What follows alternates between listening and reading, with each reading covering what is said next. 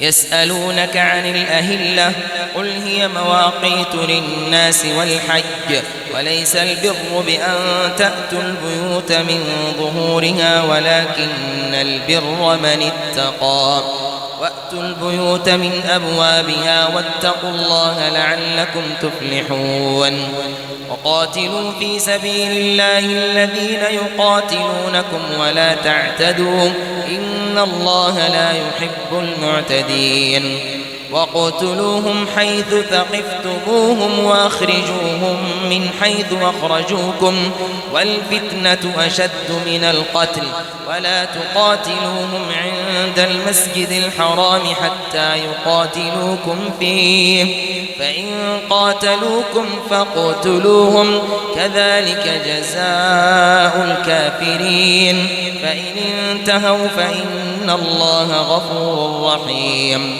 وقاتلوهم حتى لا تكون فتنة ويكون الدين لله فإن انتهوا فلا عدوان إلا على الظالمين الشهر الحرام بالشهر الحرام والحرمات قصاص فمن اعتدى عليكم فاعتدوا عليه بمثل ما اعتدى عليكم واتقوا الله واعلموا أن الله مع المتقين وأنفقوا في سبيل الله ولا تلقوا بأيديكم إلى التهلكة وأحسنوا إن الله يحب المحسنين وأتموا الحج والعمرة لله فإن أحصرتم فما استيسر من الهدي ولا تحلقوا رؤوسكم حتى يبلغ الهدي محله فمن كان منكم مريضا أو به أذى من رأسه ففدية من صيام أو صدقة أو نسك فإذا أمنتم فمن تمتع بالعمرة إلى الحج فما استيسر من الهدي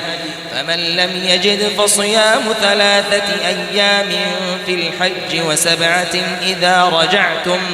تلك 10 كاملة ذلك لمن لم يكن أهله حاضر المسجد الحرام واتقوا الله واعلموا أن الله شديد العقاب.